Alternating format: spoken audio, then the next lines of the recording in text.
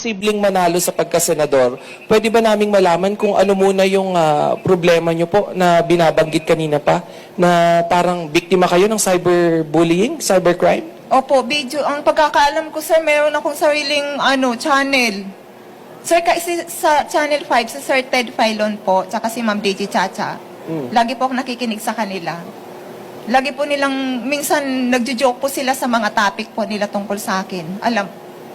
Alam ko na, alam po nila yung mga sinasabi nila tungkol sa akin po lahat. Ano pong sinasabi sa inyo?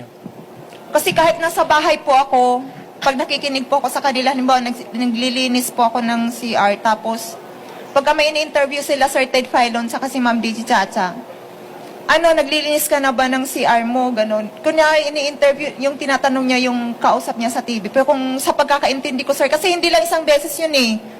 Halos po pag nakikinig ako sa kanya po, sir, yung mga lakad ko po, alam din po nila lahat.